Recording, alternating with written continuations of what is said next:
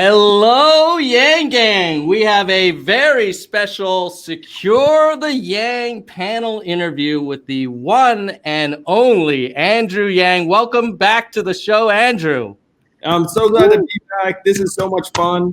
This is like a dream come true where it's good questions and an actual conversation instead of me having to jam thoughts into 60-second sound bites. So thank you all. Thank you to everyone who donated to make this possible. Really appreciate it. You guys are what drive the whole campaign.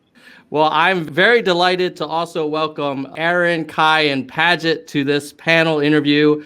My role on this one is I'm mainly going to be like the IT guy, the timekeeper, and then Aaron, Paget, and Kai are going to ask most of the questions. Yeah, I'm going to be the nerd. You can call me if you have any issues with your laptop. But before we get into it, I do want to acknowledge and thank some of the other volunteers who helped us out. And there were actually 12 Secure the Yang creators who participated. And we had a challenge from the campaign to see if we could raise 50K. And we ended up raising over 70. And actually, this is a few days before the deadline. It ended up being closer to 75K. Over 40% higher than the goal. So thank you, not just the folks on this call, but also Read My Lips, Mindwave, YangGang Info, YangGang Media, John Perino, Marcus Johnson, Nathaniel Stowe, and the Campaign Trail, who aren't able to join us on this call, but made this call possible. And most importantly, all of their YangGang audiences that contributed. Yes, thank you to each and every one of you. Just because you're not on this call doesn't mean that you're not here in spirit with us. We appreciate every single person who helped organize this. It's so much fun. All right. So I think we're going to start it off with Paget, and each person is going to have about 10 minutes. Paget's very excited about this. And so I will just let you go, Paget. All right. Okay. So Paget. I'm so glad I get to talk to you, Andrew, because every single time I've met you, I don't know, I can't get words out, and all I say is thank you, like about 10 times. So it's really awkward. So thank you so much for being here so I can ask you real questions. All right, let's get into it. You know, people have said that you're the most nonpartisan candidate. You're focused on solutions, not ideology. So when you are president, what would political parties look like to you? How would they interact with each other, and how would they interact, in elections in an ideal Yang administration?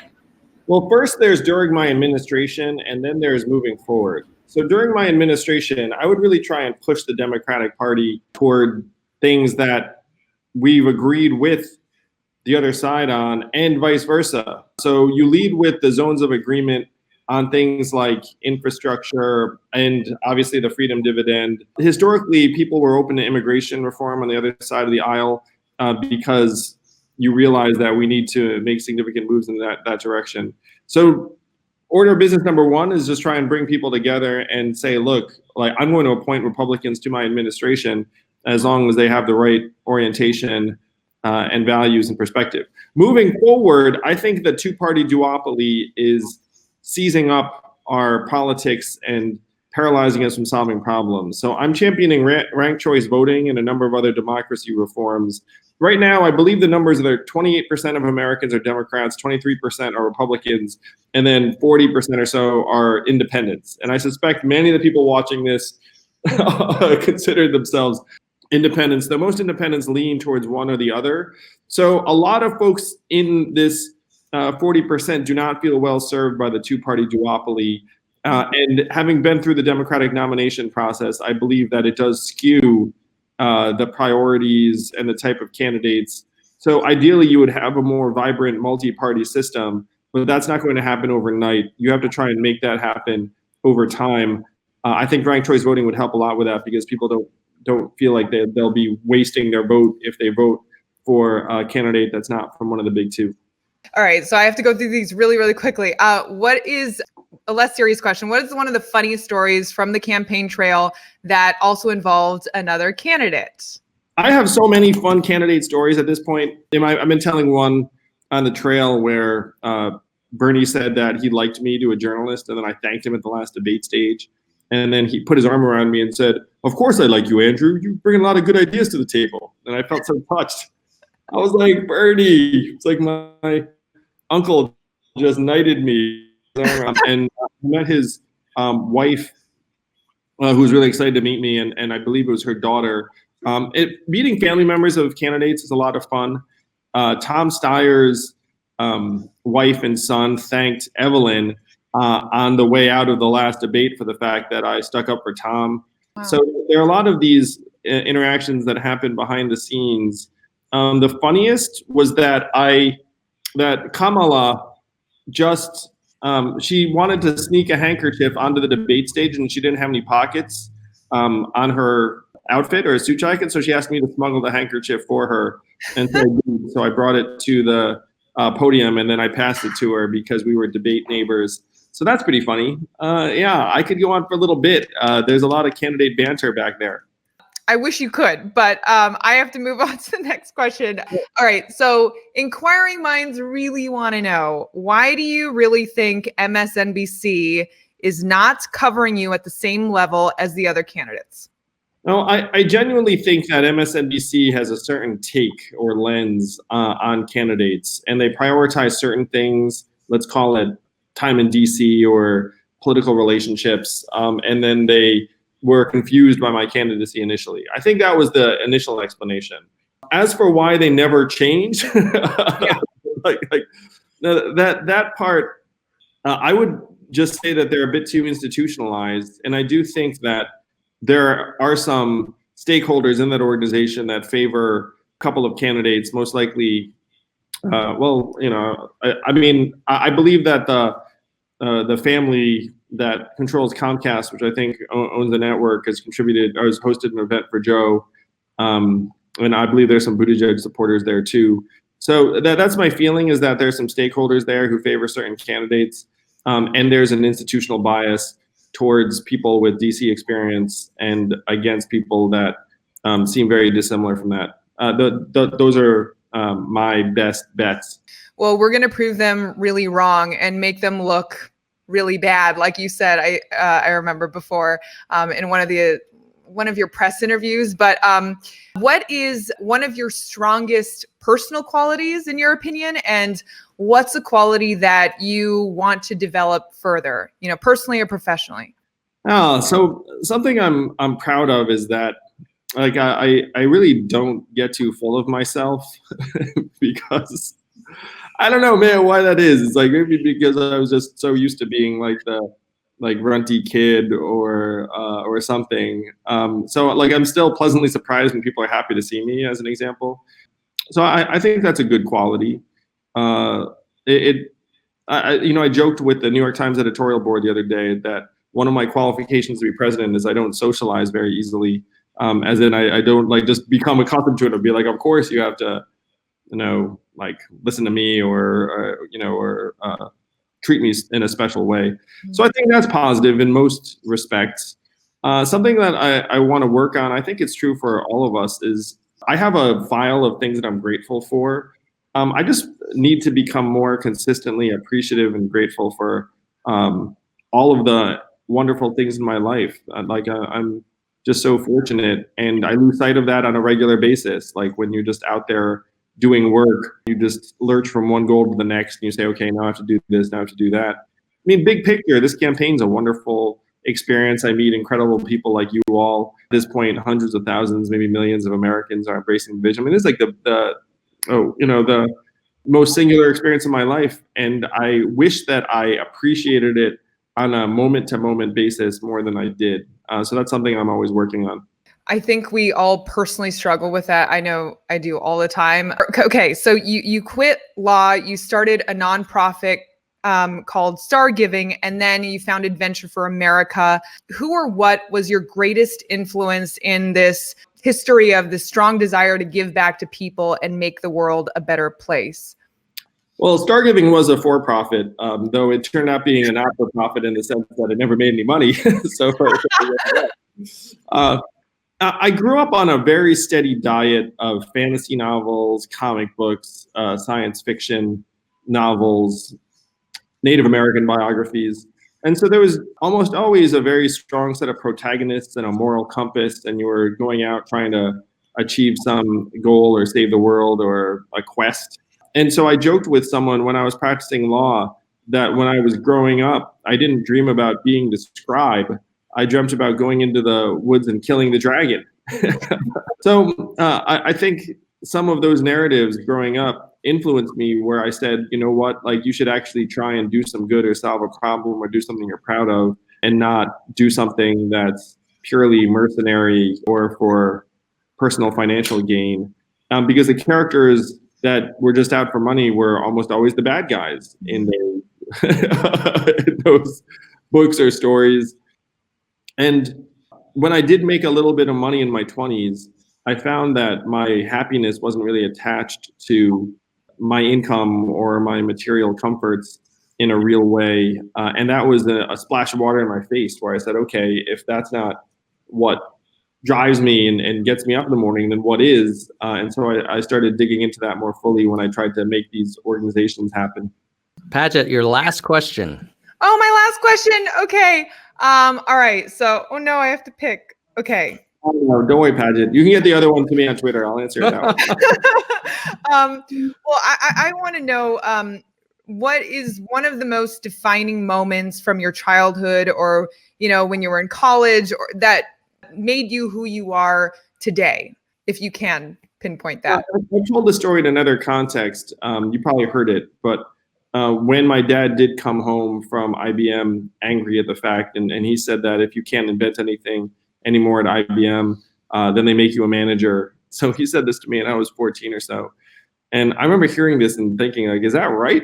And then I thought, wow, I would hate to have my career defined that way.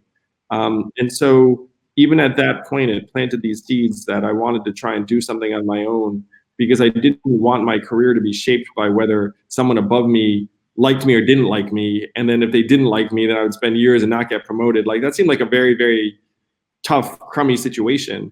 And so my dad telling me that story when I was 13 or 14 planted these seeds where I said, wow, I really want to be in a position to control my own professional path and destiny, which is obviously not an easy thing. It's a very rare thing. I'm incredibly fortunate that has happened to a large degree in my career, but that did stick with me, obviously. And that's what you're helping other people to do in the future as well. So thank you, Andrew. All right. Don't worry, ping me on Twitter with the other question. But yeah, now I really do want everyone to have a greater degree of agency and autonomy and ownership, because so many of us get plugged into these organizations that end up down, and we get rid of certain parts of ourselves in order to adapt. And that's cool. I mean, organizations need to exist, and people need to come in and join them and become part of them. But that shouldn't necessarily be for everyone if you have something else that you want to try and achieve. Thank you, Paget. We are now moving on to the youngest member, the youngest member of the panel. Kai just got out of school. His mom said that he could stay with us for a little bit. And Kai, I'll start the timer for you, brother. Thank you, Andrew. It's so nice to see you again. Thank you so much for doing this. I don't know if you all know, I saw Kai's parents too, independently a couple of weeks ago, and I said, wow, you're Kai's parents? They tell me that story every day, Andrew, every day. Everything's changed in this household since the campaign started, that's for sure. So my first experience, I was at the Seattle rally. Afterwards, you did an event, fundraising event. My friend actually had me join him out there, and I volunteered there before I was even YangGang. So that was my first experience, and I wanted to touch on something that I noticed there. So I've always considered this campaign very different from others, from the people on your staff to the non-traditional methods for soliciting campaign donations and the use of those funds. This campaign strikes me more of like a startup. In what major ways do you think the Yang campaign differs from those of other candidates? I agree with you that the DNA of this campaign is much more like a startup organization. And a lot of startups have a different type of relationship with their startups, are more transparent. A lot of startups are open about the fact that, hey, if you provide feedback and send us in a direction, and that's amplified by the fact that this is a campaign for president. So of course we care about what people think and are passionate about. I also think that the fact that I'm not a professional politician means that I end up behaving very differently than other figures. And I found that my humanity is our competitive advantage. And over time, other people on the campaign have realized that too. Now, obviously, that's not an absolute good. There have been times when my humanity has been an inconvenience or even a disadvantage. But everyone on the campaign realizes that if we act like other campaigns, then we lose. Like we act like Yeah. we would never be here. Now right now as we're talking about this in the second week of December, a month and a half before voting starts, we are trying to button it up a bit, trying to become a little bit more conventionally safe feeling, I suppose, or mainstream. Yeah, that makes sense. Yeah, but our DNA is fundamentally different than other political campaigns. And I know this because we've hired some people from other and they cannot believe the way we operate. One thing that is hysterical that you guys would know, like we get a good laugh about this, and I'm sorry to throw anyone under the bus here, but the consultants that we've hired who are very strong, because we've like kicked the tires on a bunch of them, are used to telling candidates and campaigns what to do, and we ignore them most of the time. And it drives them crazy. And we told them, hey guys, FYI, we're going to ignore you like 80, 90% of the time. Unless like, and so when they're so used to the candidates coming in and being like, what do I say? What do we do? What's the right point here? How should we do so they're used to essentially the candidate and the campaign being like, like a high schooler or junior high school, or like, someone who just like looks for guidance. And we're like, look, we got here without you. You have some stuff to bring to the table that's really valuable and interesting. So tell us what you think. We're going to ignore most of it. And that's been a real tough adaptation for them. But it's definitely been a massive affirmation of the fact that we operate very differently here than other campaigns. Going off of that, at the same time, I think there's no way maybe you guys could have predicted the YangGang would ever exist. And we are like this really powerful aspect of the campaign. So I guess my second question is, currently, I feel that members of the YangGang are similar to the characters that appear in the parable, The Elephant, that you talked about in the Joe Rogan podcast. So we all have these like individual perspectives, right? I'm in Seattle. I see this small little part of the campaign, and we have different ideas on how we should go forward. I think we need to stay coerced and be together. So what can the YangGang do to stay on the same page as the campaign and act as that like second leg, in getting those ideas out there? No, I mean, the biggest thing really, and this is a microcosm of what's going on in the country, is to have an internal locus of control, in the sense that you say it's like, hey, okay, like this stuff, disagree with this other member of the YangGang in a particular way. And then you think the internal locus of control is like, okay, like how much of that is me? Like how much of that is like my reacting to it in a particular way? What can I do that would actually be constructive? Giving someone else the benefit of the doubt, like never doing anything that seems like an attack or a judgment, making I statements, being like, hey, like, this is like how I like feel, instead of like saying like you are this, or and it's a lot of best practices that we need more of in America. Like I'm really thrilled about how the YangGang does, in my mind, like the vast majority of the time embody the campaign values. But we're a very large, diverse group of people. And of course, people are going to have differences and different perspectives and experiences.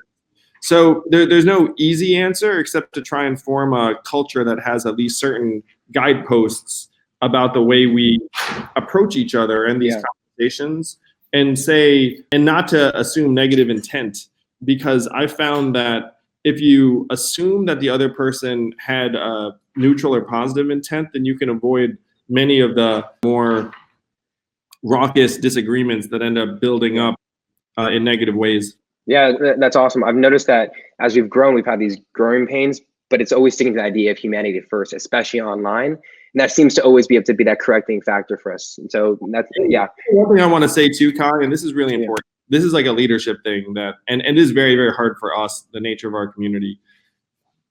I came of age at a time when there were long distance relationships and you could not FaceTime each other automatically. So you would like write emails to each other if you were like dating someone and they were like another place or whatever. And I cannot tell you how many fights you got into over email because you would write something and then somehow it gets interpreted like much more negative than you'd intended. And so what I learned over time was that in many forms of communication, people will tend to take it one step more negatively than you intended. So when I ran an organization, my big lesson from that was to say, never deliver bad news via email. Always do it face to face. And if you can't do that, do it over the phone. And then you end up humanizing the interaction in a way that ends up diffusing a lot of the and you avoid all the silly like spats and agreements. Now online, obviously most of the interaction is done via, like quick typing and the rest of it. And so and Jaron Lanier, one of the pioneers of the internet, said that negative sentiment and ideas spread more quickly on the internet than positive. So in a way, we have like a built-in medium that makes our lives harder if we're going to try and build a large, vibrant community that actively coordinates, because people will, unfortunately, in this medium, be more likely to start thinking like, what did you mean by that? Yeah, and that speaks to how powerful that Ben Shapiro podcast was. Two people that maybe shouldn't agree, but by sitting down together, it humanizes, you understand each other, and that's the part also how you talk to people as well. So I've learned a lot through that as well. I think that's awesome. So we can unite the comment section of a YouTube video, then we can unite the country. I hope I gave some of the other people flashbacks to their long distance relationships in the 90s. So my last question, I just graduated high school, and I've been subject to the less than perfect education system we have. So I was never encouraged to pursue passions outside of STEM and other scholastic fields. So how would you reform the education system and encourage high school students to pursue their passions, including things like creating YouTube videos? Because it's a passion for this campaign that's opened doors to all these different things I've been able to do. And I think people aren't encouraged to do that in our school system right now. Oh yeah, we need to humanize our school system to the highest degree possible. And to give you a sense of the future, right now 8% of jobs are in STEM fields, and that's not going to go to 80%. You know what I mean? So we have to think, okay, what is this economy and society going to look like? And one thing that struck me really forcibly was that arts education and drama have a very, very high correlation to positive education outcomes. Yet they're the things that we cut the soonest whenever there's a money crunch. So one way to get people more comfortable with pursuing different pursuits is to prioritize something that instills a degree of creativity, like arts, drama, and music. This is going to be somewhat, I don't know if it's going to be controversial given who we are and whatnot, but I think one thing that really helps spur different types of interest is team sports. And this from someone who did not play a lot of team sports as a kid because I was scrawny and unathletic, and my parents had me play tennis, so I'd have a sport. But then I ended up playing basketball all throughout my 20s and 30s, and I found like that sort of environment actually also ends up pushing you in different directions professionally, because you become team oriented, you succeed or fail collectively. You get used to someone like coaching you if you're doing it in a school context. So this is kind of funny given that, some of us on this call are kind of, no offense to any of us, but like not exactly jocks. But I think arts and sports actually can help push kids to pursue different kinds of things more so than rote learning. Yeah, thank you, Andrew. I really appreciate it. Andrew, the chess club does count as a sport, just so you know. Technically, yes. Baseball and viola the entire time. Well, thank you, Kai, for your great questions. Let's give Kai a round of applause. Can you believe that kid's in high school? I can't believe it. Yeah, Kai's the man. There's future. The future's bright. We are now moving to Aaron from the great state of Oklahoma, who's actually in Dallas and will be at the rally. He's come out to support you. On, Aaron. Thank you. All right. So thanks for taking your time. I really appreciate this. Is amazing that you even do this. I can't imagine the candidate will actually do something like this. So you noted that zoning laws have made it difficult to create affordable housing, and that you want to work with localities and you want to relax ordinances, increase development. However, Senator Sanders is actually talking about repealing the Faircloth Amendment, allowing for the increased production of public housing. Would you push for this measure? Why or why not? I think Bernie's leading in the right direction. We need to put much more in the way of resources towards public housing. I'm a big fan of both communal living arrangements and mini apartments, but those things aren't going to happen on their own. These are the sorts of things that public resources can make a big difference in. And if there's a way that we can free those resources or increase them by getting rid of the Faircloth Amendment, I would be very, very open to it. So Bernie has the right idea. There are three major pain points in American life right now: housing, education, and healthcare. I have very clear senses of how we can try and improve education and healthcare in particular. Housing, we need to do much more on, because right now the market's not solving the problem. All right. Just in doing a lot of research on all your policies, like I've seen things that seem like they're the source material for a lot of your policies. So I was wondering, like, what books, periodicals are driving your policy decisions, or as far as what you're creating? So fun. So I will confess to you all that my reading has taken a sharp hit over the last number of weeks and months on the trail. There hasn't been a lot. There hasn't been a lot of me going through the book list. Historically, the periodicals I enjoy are, and these I still do read, because you can just pull them up on the phone. The Atlantic, The Economist, Business Insider, and then Twitter, which then sends me obviously everywhere, to Technology Review or New York Times or CNN or wherever. So I tend to like more of the in-depth pieces. I enjoy some of the stuff that some of the Atlantic authors put together that's a little deeper and more robust, and the stuff in the MIT Technology Review that is on the cutting edge. And then it's nonfiction books. One really fun thing about running for president is you meet a lot of cool people who are authors that you've admired from afar, and then you're with them, and then they give you their book, and then you feel like, ooh, now I kind of know Jonathan Haidt. I should definitely read this book. And then you read his book and you're like, ooh, no wonder everyone likes this book. It's really good. The last series of books I'd read in the run-up to the campaign were AI Superpowers by Kai-Fu Lee and Righteous Mind by Jonathan Haidt, which really influenced me. But that gives you a sense of the types of materials I get a hold of.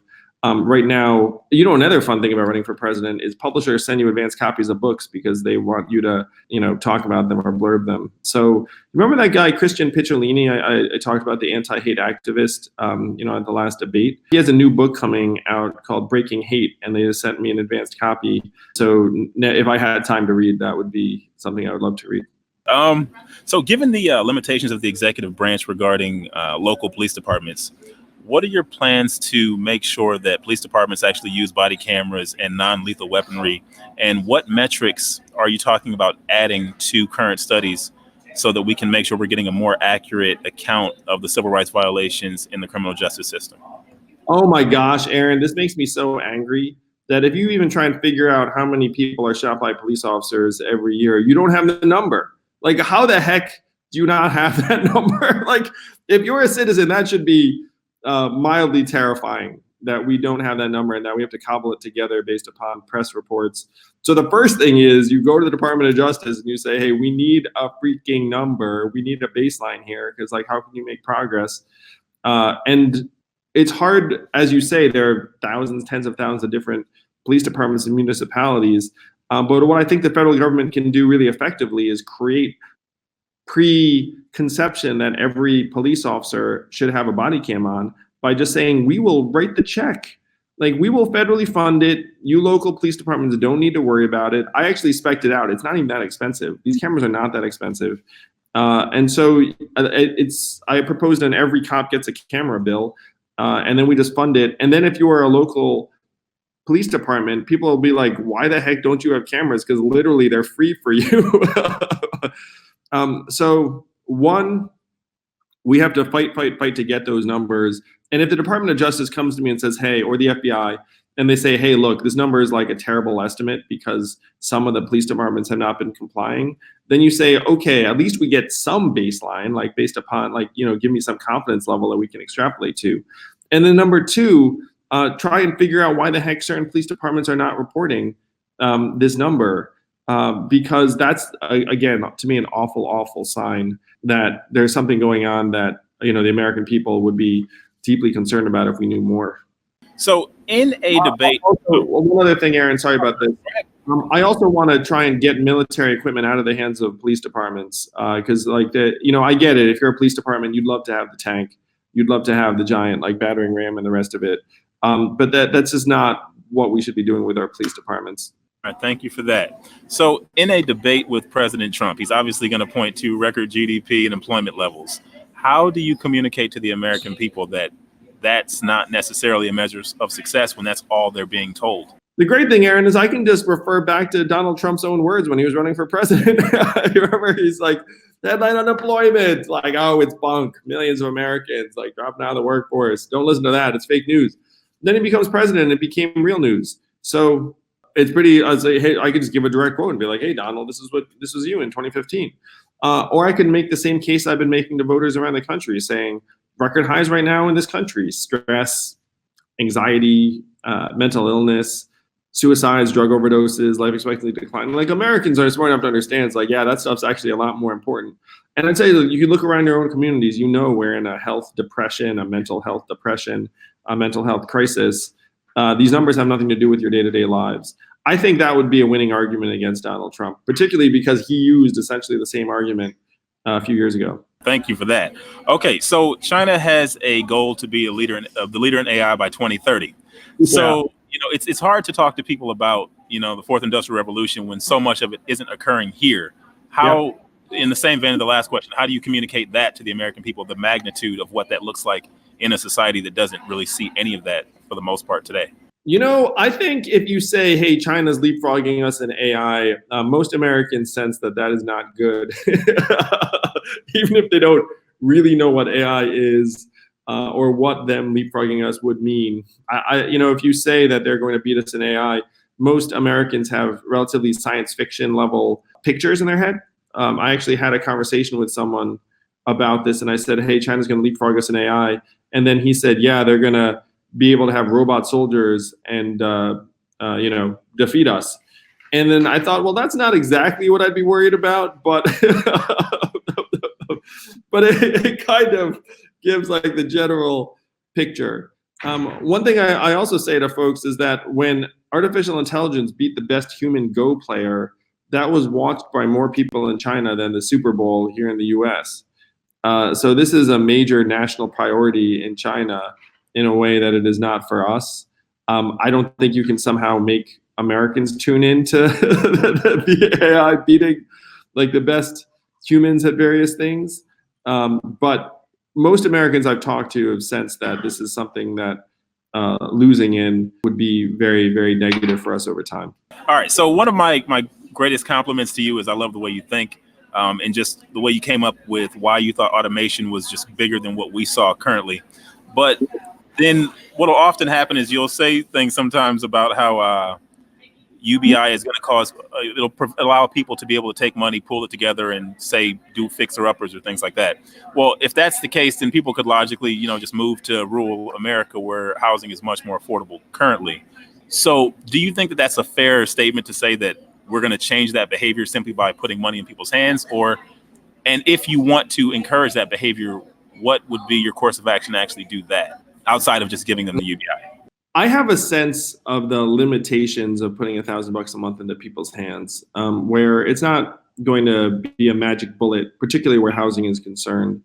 I do think that people are overstating the fact that somehow landlords are going to increase your rent by $700 if you pay $1,000 a month. But it's also correct that it's not like people are infinitely mobile. One of the things that scares me right now is that interstate migration rates are at multi-decade lows. People are not moving anymore. And when you move, there are many positive things, both economically and socially. It's one reason I'm proposing an American exchange program where we send high school seniors like Kai to other parts of the country for a month plus so that they get a sense as to what another way of life is in another part of the country. And so you can try and increase dynamism. Now this is trying to spur what people will do on their own. We also need to help people that are frankly just right now outside of the system, because there are so many people who are struggling with homelessness or substance abuse or mental illness where $1,000 a month does not help them get back on their feet in any meaningful way. What it does is it actually starts putting resources in the work, resources in the hands of nonprofits and agencies that are trying to do the work to help those people get off their feet. And it was someone who worked in homelessness services who told me the first thing we do when we find a homeless person is figure out if they're entitled to any government benefits, because they're trying to find ways to pay for helping that person. So if everyone was worth $1,000 a month, then the number of programs, Aaron, that would help people solve these problems would all of a sudden surge, because you'd have actual resources to reward those organizations doing the work. Awesome. All right, Aaron, that was the end of your time, but not to worry. Not to worry. We now enter the bonus time segment. Well, Aaron, I'll see you later tonight too, but thank you. Thank you. Yes, thank you, Aaron. Now we've got about 5 minutes for some quick follow-ups. And I think what we'll do is we'll just have one follow-up from each person in the same order that we started. Unlike the presidential debates, we're trying to allocate relatively similar amount of time to each person. No, take some notes there, MSNBC. At any rate, Paget, why don't you start us off with your follow-up question, and then we'll go to Kai and then Aaron, and then Andrew will wrap up. What does your utopia look like for the future of America? You know, we talk about how automation can be doing all of the work that humans don't really want to do. And that's kind of the point of automation, at least from my perspective. Do you see that as being something that is achievable and something that you think that we should work toward? What does your utopia look like? I certainly wouldn't describe it as my utopia, honestly, Paget. I think we can make some very big moves that can move us forward quite quickly. But there are so many struggles intrinsic to the human condition that are going to be with us forever. And, you know, the goal is to try and put our energies towards those struggles as opposed to some of the nonsense. Like you said, like there's a lot of, frankly, bullshit work that, you know, like you don't need people to be doing. You know, and like when I hear people arguing against the automation of fast food jobs, I'm like, wait, what are you really arguing for? You think like does like having someone just do that forever is like a better move? Like probably be a robot cooking the fries, you know? So there's, you know, one of the most interesting things about this campaign is that some people think I have a really like almost naively positive view of human nature, and then some people think I have like a really pessimistic view of human nature. So I think my view of human nature is nuanced enough to know that we're going to be fighting for a functional society that I would probably, frankly, never like frame as a utopia. But I do think that we can get the boot off our throats really quickly if enough of us get together. I do think we get the measurements right very quickly if we have the right leadership. And then I think we can start making meaningful choices that will help make our people happier, stronger in genuine ways, and not some of the ways that right now are being presented to us as what success looks like. When I make the videos on the campaign, the state of the campaign, I always think in the future. And it's been my perspective for a while that the YangGang, as we grow, it's a responsibility to kind of push you to the point where it becomes a battle of ideas, right? So it's like, let's compare federal jobs guarantee against UBI. It becomes that, and that's when you have, you know, the rest of the non-23%, 28%, all the independents who hear, okay, it's a battle of ideas. I like what YangGang's saying because now I have an opportunity to hear what he's saying. Is that kind of the vision you have for the path of the campaign? Is that our responsibility, like to get you to that point? Because I do feel like that is where you win. Well, thank you, Kai. Certainly, framing it as your responsibility. I mean, like you know, I'm deeply grateful if anyone would take it, you know, to that like extent. I would be thrilled if this does become a battle of ideas because I think we win. Like I think the other candidates' ideas are like fairly limited, to be honest with you. You know, one thing I find so palpably frustrating is when someone, and I've heard, like, this is not any individual politician, when someone will be like, we need a bold new vision for the future. Full stop. And then like they're never actually talking what the heck the vision is. Like I must have heard so many different people over time. So if we make this a genuine contest of ideas, then we will win. But we all know it's not just a contest of ideas. Mm-hmm. It's a contest of resources and name recognition and attention and all other things. Like in a fair fight, I'm confident we win. Mm-hmm. And I'm also confident that this campaign has advantages that will make it, in some ways, an unfair fight in our favor. You know what I mean? Mm-hmm. Yeah. Like we have all these things going for us that the other campaigns don't.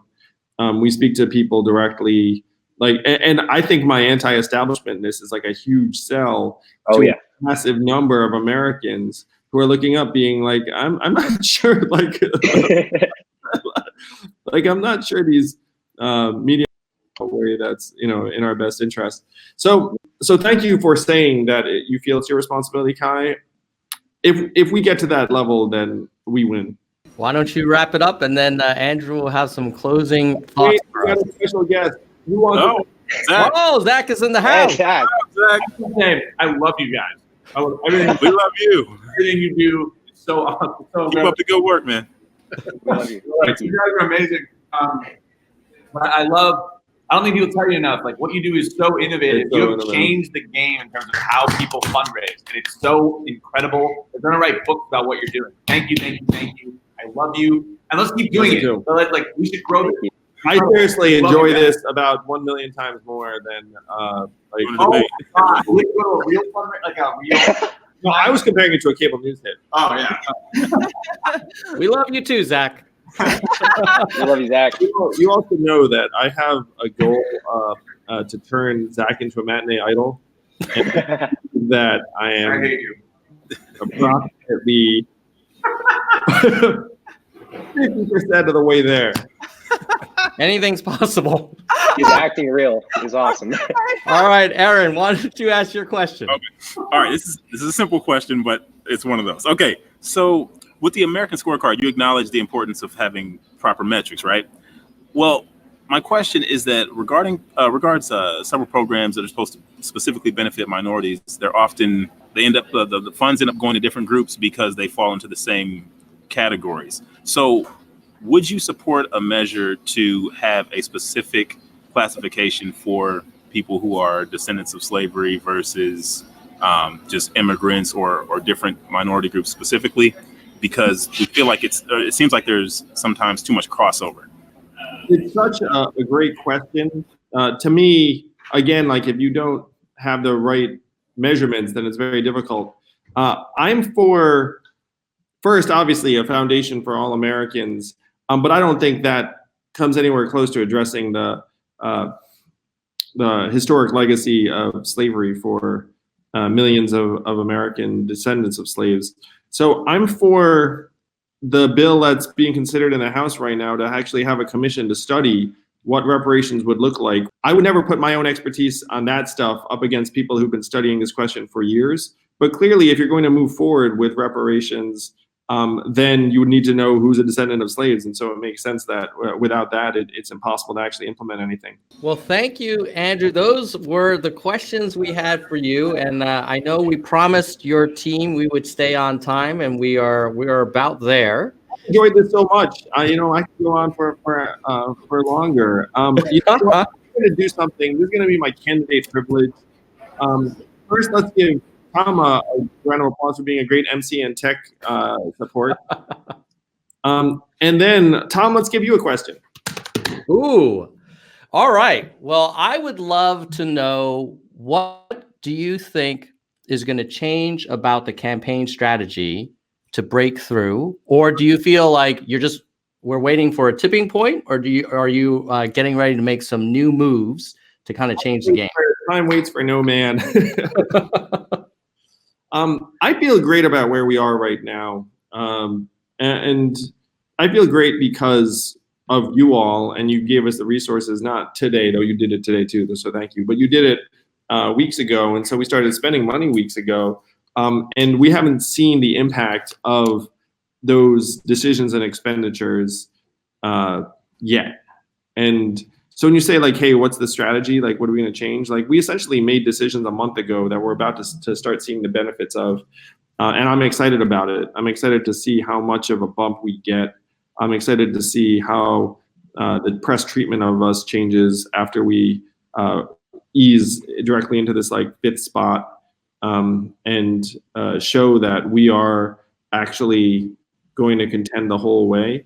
To the extent there's a strategic change, Tom, it's that I'm going to try and normal it up and safe it up a little bit. So still human, but try to maybe like ease some of the rougher edges for a little while. So in my rally speeches, like I've been minimizing the profanity as an language.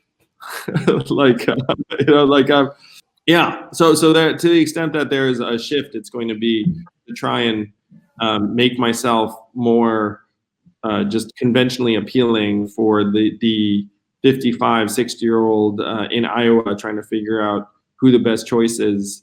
But we're in a great position. I feel fantastic about where we are because we're about to reap the benefits of things we did a month ago. Let's put it that way. Awesome. Well, I know we're all super thrilled that we could have helped with those investments, and it sounds like they're in the pipeline, and we'll start seeing some changes in terms of the outcome soon. Yes, I'm also going to say that I've had fun meetings with some of the biggest influencers in our society, and some of them are going to come out as YangGang, I believe, pretty soon. So that's fun. So that's exciting. So there's some like exciting things going on that if we continue to have the grassroots energy and get ourselves in position to compete and contend, we have a lot of other irons in the fire, shall we say. Yeah, it sounds like you still have some cards to play. Very, very exciting. As we wrap up, Andrew, is there anything else that you wanted to share with the audience?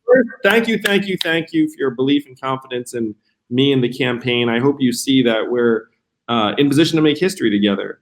And as an operator, I try to focus on like a few key variables that drive success of the organization, because a lot of stuff's going on, and then you think, okay, what are the key things? So the things, number one, obviously the most straightforward thing is like, hey, if I raise money for Yang, then that's like a direct positive impact on the campaign.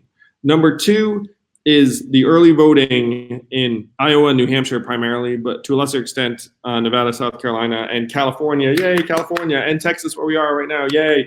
But in order to benefit from the Californias and Texases, we need to contend in Iowa and New Hampshire. So if you're watching this, you're thinking, ooh, let's help Yang get into the White House and make history together. What can you do? Number one, if you can spare any funds to contribute to the campaign, please do. If you're strapped, but you know someone who you think might be Yang leaning or Yang curious, like if you nudge them, maybe you gave them their cause $50 like a while ago, like please like make that happen. That's number one. Number two, just think about our country where you have these two glowing states of Iowa and New Hampshire, and we do not need that large a number of people in either of those states to win this thing. And if you look at the numbers, last cycle, 2016, about 170,000 Iowans who caucused out of a state of 3.1 million. So it's something like 5.7%. And then in New Hampshire, the number of people that participate in the primary was 250,000 in a state of 1.1 million or so. So if you assume that there are going to be 5 major candidates to finish in, let's say finish number 1, you're looking at order of magnitude, maybe something like 50 to 60,000 Iowans and maybe 60,000 people in New Hampshire. And if we get those number of Iowans and New Hampshire voters on board, we have the chance to eradicate poverty and make history. So if you think about those two variables, those are the things that are top of mind for me. And then the third variable is getting the message out. So that is how the message is spread. I know people who are watching this probably had a friend bug them or send them a YouTube link or something along those lines. But I will say, like, spreading the word is particularly valuable if those people are in one of the early voting states. We are in crunch time right now. Right now, the voting starts February 3rd, which means we've got 7 weeks or so, something like that. I'm heading to Iowa next week for the bus tour for 5 days. Evelyn will be with me for not all, but part of the bus tour. We couldn't get her for all 5 days, but she's going to be there for a good chunk of it. And that just gives you a sense as to the fact that we're in now get on the ground and fight it out mode. If you can spare a weekend to come canvass in New Hampshire or Iowa, that'd be phenomenal. If you can't get there, text banking, phone banking, we just got to reach out and touch people in these states. And I'm happy to say, and you all have probably had this experience, people don't mind being reached out to. They might be a little bit dissimilar from, frankly, some of you or some of us, where we're like, we live in a world, I live in a world, I'll just be honest. Like, if you call me, I don't have your number, I'm not picking up. Like, that stuff's not happening.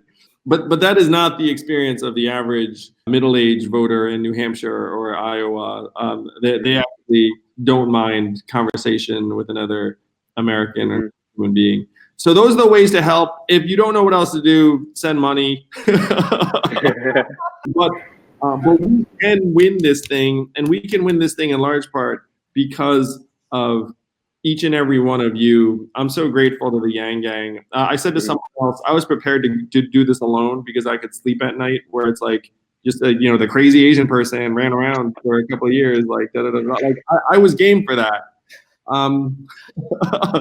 I was optimistic we could do something much bigger and better than that. But like Kai said, I think much earlier in this interview, you can't predict the YangGang.